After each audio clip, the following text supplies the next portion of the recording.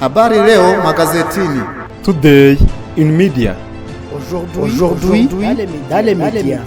Uyu munsi mu itangazamakuru.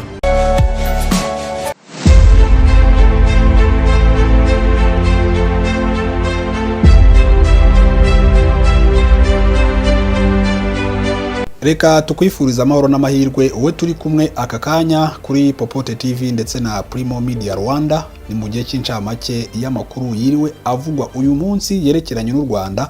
Turi ku itariki 7 z'ukwezi kwa karindwi umwaka wa 2022. Nitwa Janvier Popote ariko sindi njyenyine.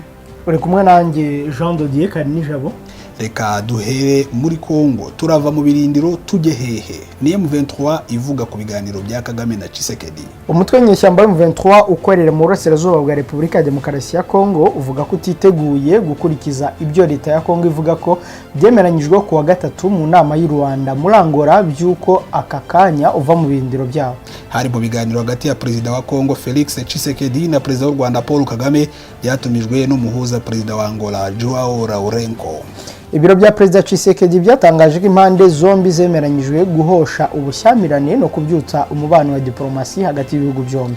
Byatangaje ko ibyo bizagerwaho gahoro gahoro binyuze mu kubyutsa akanama gahuriweho n'impande zombi. U Rwanda na Kongo kari kamaze imyaka kadaterana. Inama yako iteganyijwe u Rwanda ku itariki ya 12 z'uku kwezi kwa karindwi. Mu butumwa bwo kuri Twitter, ibiro bya Perezida Tshisekedi byavuze ko hateganywa ko imirwano ihita ihagarara hagati y'ingabo za leta ya Kongo FARDC n'umutwe w'inyeshyamba M23 kandi uyu mutwe ugahita uva mu birindiro byawo aka kanya byo muri Kongo nta kindi ubanje gusaba. Ariko umuvugizi wa M23 Major Willy Ngoma yabwiye BBC Gahuzamiryango ko ikibazo cy'uyu mutwe yari ikibazo cya politiki kireba abanyekongo kidakwiye kuganirwaho hagati y'u Rwanda na Kongo. Kuva mu kwezi kwa gatandatu M23 yigaruriye ibice bimwe byo mu ntara ya Kivu ya ruguru birimo n'umujyi wa Bunagana uri ku mupaka wa Uganda. Leta ya Kongo ishinja leta y'u Rwanda guha ubufasha umutwe wa M23. Leta y'u Rwanda nayo igashinja FARDC cyangwa se igisirikare cya Kongo gukorana n'umutwe wa FDLR urimo bamwe mu Rwanda rushinja gusiga bakoze jenoside yakorewe abatutsi mu 1994. Mu biganiro by'u Rwanda byemeje ko harimo no gutsinda aka kanya umutwe wa FDLR n'indi mitwe yitwaje intwaro irushamikiyeho nkuko bikubiye mu ngengabihe y'ibikorwa byo kugarura amahoro mu burasirazuba bwa Kongo. Harimo no kwambura intwaro no gusubiza mu buzima busanzwe abarwanyi b'imitwe itandukanye ndetse no gucyura muri Kongo abahoze ari abarwanyi ba M23 baba mu Rwanda bo ku ruhande rwa Jean-Marie Vianney Runiga. Major Willy Ngoma uvugira igice cya M23 kiyobowe na General Major Sultan Makenga yagize ati turahava mu birindiro kugira ngo tujye kugira ngo dusubire mu buhungiro. Twebwe turabanye Kongo muragira ngo tubeho nta gihugu tugira. Yavuze ko ibiganiro by'i Rwanda ntacyo bizageraho. Ati twebwe turwanira impamvu nziza kandi y'ukuri. Uyu mutwe uvuga ko urwanira abanyekongo bavuga ururimi rw'Ikinyarwanda, uvuga ko bahejejwe na leta ya Kongo mu mahanga. Leta ya Kongo yamaganya bibasira abanyekongo bavuga ururimi rw'Ikinyarwanda cyangwa bakoresha imvugo ihembera urwango. Imirwano hagati ya M23 n'ingabo za Kongo yongeye kubura mu mpera z'ukwezi kwa gatatu nyuma y'imyaka igera ku 10 yari ishize nta gitero gikomeye M23 ikora. Mu cyumweru gishize umuryango w'abibumbye wavuze ko uyu mutwe urimo kurushaho kwitwara nk'igisirikare gisanzwe gifite ibikoresho bihambaye. Mu biganiro by'u Rwanda byo kuwa gatatu hemeranyijwe no kongera imbaraga mu kurwanya icukurwa rinyuranyije n'amategeko ry'umutungo kamere wa Kongo rikorwa n'imitwe yitwaje intwaro. Hagati mu general wa FARDC wagaragaje intege nke mu kurwanya M23 we yahinduriwe inshingano. Ubuyobozi bw'igisirikare cya Repubulika ya Demokarasi ya Kongo bwahinduye Major General Chirimwami Nkuba Peter wari uyoboye ibikorwa byo kurwanya imitwe yitwaje intwaro bizwi nka Sukora ya kabiri. Uyu mujenerali akaba yaragaragaje imbaraga nke mu kurwanya M23. Uyu musirikare wayoboraga ibi bikorwa byo kurwanya imitwe yitwaje intwaro muri Kivu ya ruguru yahinduriye inshingano hagendewe ku itangazo ry'umugaba mukuru wa FARDC Celestin Mbala Munsense nyuma yo gutegekwa n'umugaba w'ikirenga w'ingabo za Kongo FARDC Perezida Felix Tshisekedi. Icyamakuru Media Kongo dukesha amakuru gitangaza ko yasimbuwe na Brigadier General Bitangalo Balume Clement ariko nawe akaba aje gukora mu buryo bw'agateganyo. Major General Chirimwami Nkuba Peter yahise yoherezwa mu bikorwa bya gisirikare bizwi nk'akarere ka 32 by'umwihariko biri kubera mu ntara ya Ituri byiganjemo ibyo kurwanya umutwe wa ADF urwanya ubutegetsi bwa Uganda nawo uri muri Repubulika ya Demokarasi ya Kongo. uyu mujenerali yanenzwe kurangwa n'imbaraga nke mu kurwanya umutwe wa M23, aho imiryango itari ya leta yavuze ko yasuzuguye ibi bikorwa. Ni nawe kandi uherutse guta imodoka ya gisirikare igahita ifatwa na M23, ikaba nayo iri mu bikoresho umutwe wa M23 uherutse kwerekana ko wambuye FARDC. Izi mpinduka zakozwe mu bikorwa by'igisirikare cya FARDC zinateganya ko Lieutenant General Yavu Irunga Filemo nawe yagirwa umuyobozi w'akarere ka gatatu muri ibi bikorwa bya Sukora ya kabiri, naho Lieutenant General Ndima Komba Constant akaba yagizwe guverineri w'intara Kivu ya ruguru, ubu iyobowe n'igisirikari, aho yategetswe kugenzura ibikorwa by'imiyoborere gusa ndetse n'ibya politiki. Reka tuve muri Repubulika ya Demokarasi ya Kongo tugaruke hano mu Rwanda. Aimable Karasira yongeye kuvuga ko arwaye kandi ko afunzwe nabi. Mu gihe urubanza mu mizi rwa Aimable Karasira rwari rugiye gutangira mu mizi, none kuwa kane uyu yahise atangaza inzitizi zituma rudakwiye gutangira. Karasira ugaragara ko yananutse cyane yasabye kurekurwa akaburana ari hanze mu cyumba cy'urukiko cyari kizengurutswe n'abashinzwe umutekano benshi. Yavuze ko afungiwe mu kato kandi ko ubuzima bwe buri mu kaga. Karasira aregwa ibyaha birimo guhakana jenoside no kuyishingiro no gukwirakwiza ibihuha. Ibi byaha byose arabihakana. Uyu yahoze ari umwarimu muri kaminuza y'u Rwanda washinze urubuga rwa YouTube yavugiragamo amagambo arimo no kunenga ubutegetsi bwa FPR Inkotanyi. Uyu munsi rero yasubiyemo ko arwaye ihungabana n'agahinda gakabije, depression hamwe na diabete, kandi akaba adahabwa ubuvuzi bukwiye. Ubu ni ubwa gatatu atanze inzitizi asaba gufungurwa akaburana urubanza rwe mu mizi adafunze. Yabwiye umucamanza ko aho afungiye atemererwa kubona dosiye ikubiyemo ibirego kandi adahabwa umwanya uhagije wo kuvugana n'umwunganizi we mu mategeko. Uyu mwunganizi we Maître Gatera Gashabana yabwiye urukiko ko uburwayi bwa Karasira bwongerwa n'uburyo bubi afunzwemo kandi akaba atemererwa guhura n'abaganga b'inzobere. Ubushinjacyaha ariko bwo bwavuze ko Karasira afunzwe kimwe n'abandi, bwongeraho ko uburwayi afite butamubuza kuburana, bityo ko agomba gukomeza kuburana afunze. Urukiko rwavuze ko ruzafata umwanzuro ku nzitizi za Karasira tariki ya 11 z'uku kwezi kwa karindwi. Karasira yatawe muri yombi mu mpera za Gicurasi 2021 hashize amezi abiri, akatirwa gufungwa by'agateganyo iminsi 30, akaba ategereje urubanza rwe mu mizi.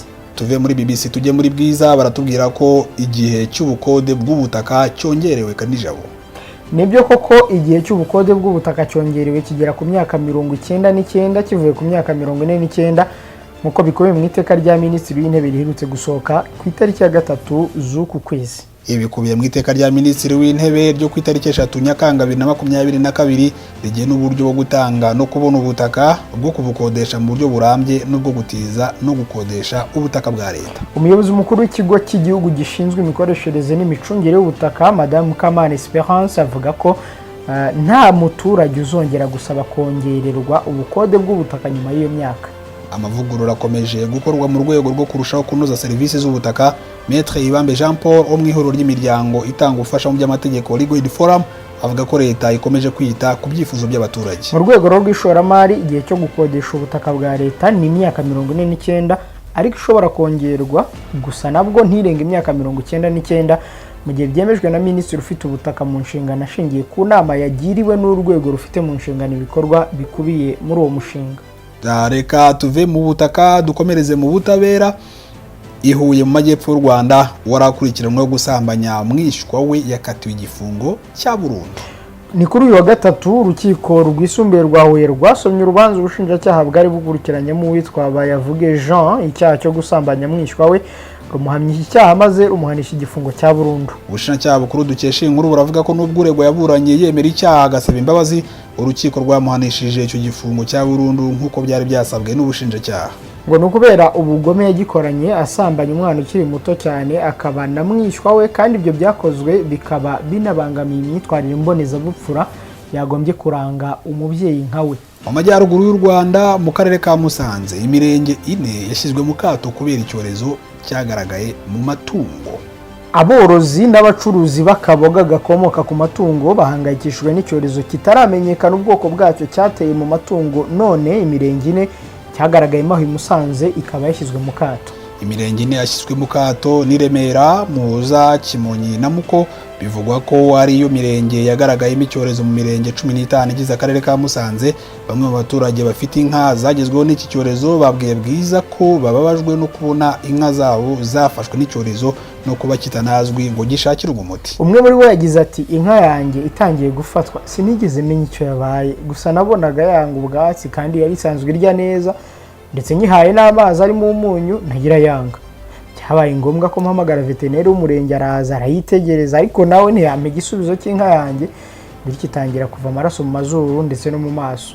Ntibyatinze kuko byarangiye ipfuye.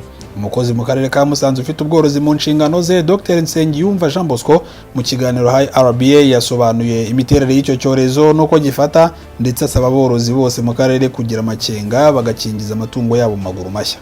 Mu gukumira no kwirinda ko icyo cyorezo cyakomeza gukwirakwira no mu yindi mirenge kitarageramo, umukozi ushinzwe ubworozi mu karere ka Musanze yavuze ko imirenge ine yagaragayemo icyo cyorezo yashyizwe mu kato, bityo amabagiro ayigaragaramo nayo akaba yabaye afunzwe, ndetse n'inka zikaguma aho ziri kandi zigakingirwa. Yagize ati tukimara kubona ko icyo cyorezo kimaze guhitana inka zigera mu 10 mu mirenge ine twavuze haruguru, twafashe icyemezo cyo guhagarika amabagiro yose abarizwa muri iyo mirenge, ndetse dusaba n'abaturage gukingiza amatungo yabo kuko inkingo zirahari kandi ntawe tuzarugurisha kuko ari ubuntu. Uyu mukozi w'akarere ka Musanze ushinzwe ubworozi yagaragarije aborozi n'abaturage muri rusange ibimenyetso by'iki cyorezo, aho yagize ati itungo ryafashwe uribwirwa no kubona ryanze kurya, rigacika intege, ndetse iyo rigiye gupfa ritangira kuva amaraso ahari umwenge hose. Aha ndavuga mu mazuru, mu nda y'amase cyangwa y'amaganga, ndetse no mu maso kuko naho birashoboka. Amatungo bigaragara ko ari gufatwa n'iki cyorezo ni inka, ihene n'intama.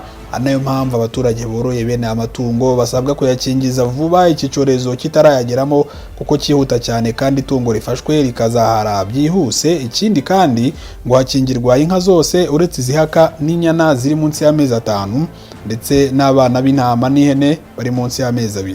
Reka tuve mu Rwanda. Umunyamakuru yibasiwe muri Kenya nyuma yo kwandagaza abagore bo muri iki gihugu. Niko bimeze muri Kenya, bagaragaje uburakari bafitiye umunyamakuru wa Fox News TV witwa Emily Kompanyo babinyujije kuri Twitter nyuma yuko avuze ko abagore batwite muri iki gihugu batemererwa gutora. Uyu munyamakuru mu kiganiro cye cyitwa Outnumbered yavuze ko abaturage bo muri Leta Zunze za Amerika bari bakwiye kurekeraho kuburana ko badafite uburenganzira busesuye bwo gutora, kuko hari ibihugu bimwe na bimwe abagore babayeho nabi kubarusha. Aho yahise atunga urutoki kuri Kenya avuga ko abagore baho batemerewe gusohoka mu nzu kandi abatwite batemerewe gutora. Abanyakenya bahise bagaragaza ko batemeranya n'uyu munyamakuru, babyamagana bakoresheje imbuga nkoranyambaga cyane Twitter. Bagaragaje ko ivangura no kwirata byagaragajwe n'uyu munyamakuru ukigendera ku bihuha mu kugaragaza nabi umugabane wa Afurika atari byo rwose ko akwiye kwamagana. Ngayo nguko mu Bwongereza ku mugabane w'Uburayi, Boris Johnson uherutse mu Rwanda yeguye. Byagenze gute ngo yisange ku gitutu n'intebe ishyushye? Ni Minisitiri w'Intebe w'Ubwongereza Boris Johnson uherutse wa mugani mu Rwanda mu nama ya CHOGM weguye, ariko agatangaza ko azakomeza kuyobora kugeza hatondi umuyobozi mushya wa guverinoma binyuze mu ishyaka rya Conservative. Ni nyuma y'inkundura ikomeye y'abaminisitiri yo kumweguza n'amajwi arimo ay'inkoramutima ze zabimuhatiraga. Igicamunsi cyo kuri uyu wa kane nibwo Boris Johnson yeguye, avuga ko byari ibintu bigaragaza ko abadepite b'ishyaka rye bifuza umuyobozi mushya na minisitiri w'intebe mushya. Boris yeguye ku mwanya wa minisitiri w'intebe nyuma y'amasaha make yeguye ku buyobozi bw'ishyaka ry'abagendera ku mahame ya kera Conservative. Yavuze ko mu cyumweru gitaha aribwo hazatangazwa ingengabihe yo guhitamo minisitiri w'intebe mushya. Yavuze kandi ko byamutwaye igihe kirekire ngo afate icyemezo kuko yaragitsimbaraye kuguha abaturage ibyo yabasezeranyije. Yongeyeho ko atewe ishema n'ibyo yagezeho birimo kurangiza urugendo rwa Brexit rwo kuvana Ubwongereza mu muryango umwe bw'Uburayi, guhangana n'icyorezo cya COVID-19 no kwamagana ubushotoranyi bw'Uburusiya kuri Ukraine. Induru muri politike y'Ubwongereza yari ikomeje kuba nyinshi, ariko ntibisanzwe ko abaminisitiri n'ababungirije bagera kuri 38 begura muri guverinoma mu masaha 24. Kayo nguko imibare irerekana ko kuva kuwa kabiri kugeza mu gitondo cyo kuri wa kane aba minisitiri barenga 40 n'ababungirije bari bamaze kwegura muri guverinoma ya Boris Johnson. Nyuma y'uko rero kuwa gatatu yirukanye minisitiri ufite ubutegetsi bw'igihugu mu nshingano ze Michael Gove mu gitondo cyo kuri wa kane ibintu byahinduye isura. Ba minisitiri beguye basiganwa ba minisitiri beguye basiganwa babimburiwe na minisitiri Helen Hartley, Damian Hinds, George Freeman, Guy Opman, Chris Philip na James Caltige. Hakurikiraho Michelle Donlan wari umaze iminsi 2 ari minisitiri w'uburezi na Brandon Lewis. Ngayo nguko Navim Zahawi umaze iminsi 2 agizwe minisitiri nawe yasabye Boris Johnson kwegura, ariko yabanje kwinangira avuga ko azagoma ku mwanya we. Icyakora nyuma yo kubona abaminisitiri benshi begura bidatinze, Boris nawe yagize atya aregura. Ni nyuma yuko uwari umwungirije mu ishyaka Caroline Johnson nawe yeguye. Mu ibaruwa yandikiye Boris Johnson yagize ati: ndazirikana uburyo amakosa yo kudashyira mu gaciro atesheje agaciro ishyaka ryacu. Ndibwira ko gukomeza gutsimbarara kwawe mu gihe urimo gusabwa kugenda bisiga icyasha ishyaka ryacu n'igihugu. Boris Johnson yeguye abari inkoramutima ze minisitiri w'umutekano w'imbere mu gihugu mu Bwongereza Priti Patel, n'ubwikorezi Grant Shapps, n'ubucuruzi Kwasi Kwarteng bamusabye kwegura. Kuwa kabiri iki cyumweru ibyari maze iminsi bibyimbye byarasandaye ubwo minisitiri w'ubuzima Sajid Valide na minisitiri w'imari Rishi Sunak beguraga mu minota 10 gusa kubera imikorere idahwitse ya Boris Johnson. Iyo mikorere ituruka ku cyizere Boris yagiriye Chris Pincher akinjira mu bashinzwe imyitwarire mu ishyaka rye, nyamara uyu mugabo aregwa imyitwarire mibi ishingiye ku gitsina yakoze, ndetse akaba yaranakubise abagabo 2. Iyegura ry'abaminisitiri n'amabaruwa uruhuri yo gutakariza icyizere Boris Johnson yanditswe n'abaminisitiri bungirije, akaba yarazamuye uruntu kuwa gatatu, ndetse hari itsinda ry'abaminisitiri bakuru ku mugoroba ryagiye ku biro bye bamusaba kwegura. Ni ikirero cyatumye Boris Johnson yisanga mu nyanja y'ibibazo n'igitutu cyo kwegura, kugera naho abari inkoramutima ze bamukuyeho amaboko bakamusaba guhaguruka ku ntebe y'icyubahiro. Yagiye Boris Johnson agire urugendo rwiza. Ijoro ry'ubusinzi, impamvu itaziguye, kimwe mu byakomeje kuzamura igitutu kuri Boris Johnson icyizere yagiriye ufatwa nk'umunyabyaha Chris Pincher. Kuwa kane w'icyumweru gishize umunyamakuru wandika inkuru za politiki muri The Sun Noah Hoffman yasohoye inkuru idasanzwe y'uburyo umudepite wo mu ishyaka rya Conservative rya Boris yeguye ku mirimo ye nk'ushinzwe imyitwarire y'abagize inteko ishinga amategeko bo muri iryo shyaka. Yanditse ko iki cyemezo Pincher yagifashe bitewe n'amahano yakoze mu kabari ka Carlton. Nibaruwa ye Chris Pincher yabwiye abadepite ko muri ako kabari yanyoye inzoga nyinshi akisuzuguza ndetse akanasuzuguza abandi bantu. Byo gusinda ntabwo ari igitangaza, ariko byaje kuba bibi ubwo byavugwaga ko yanakubise abagabo 2 muri ako kabari ndetse agafata umwe mu mayasha. Hari bamwe mu badepite bo mu ishyaka rya Boris Johnson berekanye ko batishimiye uburyo imisoro ikomeje kuzamurwa, urwego rw'ubuzima n'uburyo ikiguzi cyo kubaho mu Bwongereza gihenze. Abandi bashinja Boris Johnson umaze imyaka 2 n'iminsi 349 ku butegetsi ko yatumye ifaranga ry'Abongereza rita agaciro. Yabagejeje kuri Brexit na Macron araza kugeza Ubufaransa kuri Frexit. Reka dukomereze mu cyamakuru bwiza tunasoza.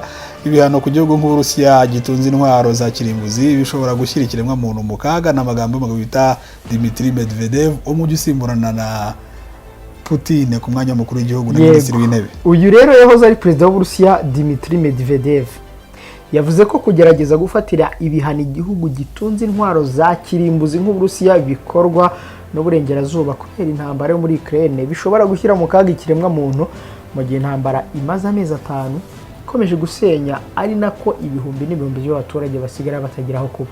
Ku itariki 24 z'ukwezi kwa kabiri Uburusiya nibwo bwateye Ukraine, bitera ikibazo gikomeye mu mibanire hagati y'Uburusiya n'uburengerazuba kitigeze kibaho kuva ku kibazo cya misile zo muri Cuba mu 1962 ubwo abantu benshi batinyaga ko isi ishobora kwisanga mu ntambara kirimbuzi. Perezida wa Amerika Joe Biden yavuze ko Perezida w'Uburusiya Vladimir Putin ari umunyabyaha w'intambara, kandi ko yateye uburengerazuba guha intwaro Ukraine no gufatira Uburusiya ibihano. Kuri wa gatatu nk'uko byatangajwe n'ibiro ntaramakuru by'Abongereza Reuters, Dmitry Medvedev wungirije umuyobozi w'akanama gashinzwe umutekano mu Burusiya yagize ati igitekerezo cyo guhana kimwe mu bihugu bifite ingufu za kirimbuzi nyinshi nticyumvikana kandi gishobora guteza akaga ku kiremwa muntu.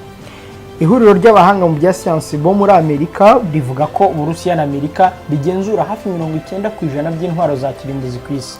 Medvedev yavumye Amerika ayita ubwami bwamennye amaraso ku isi yose, avuga ko iyicwa ry'abanyamerika kavukire, ibitero bya kirimbuzi bya Amerika byibasiye Ubuyapani, Hiroshima na Nagasaki, ndetse n'intambara nyinshi yagizemo uruhare kuva muri Vietnam kugeza muri Afghanistan no muri Libya ari ibyaha bikomeye cyane. Dmitry Medvedev akavuga ko gukomeza gukoresha inkiko kugira ngo hakorwe iperereza ku bikorwa by'Urusiya muri Ukraine ntacyo bizatanga kandi bishobora kwangiza isi. Ukraine n'abafatanyabikorwa bayo mu burengerazuba bakavuga ko ingabo z'Urusiya zagize uruhare mu byaha by'intambara. Ni naho rero Popote dusoreje aya makuru yagiye avugwa mu bitangazamakuru n'inyamakuru byo hirya no hino ku isi. Nge ni Jean Dodier Kadnijabo. Nge nitwa Janvier Popote. Mugire amahoro y'Imana. Habari leo magazetini. Today in media. Aujourd'hui dans les médias. Uyu munsi mu itangazamakuru.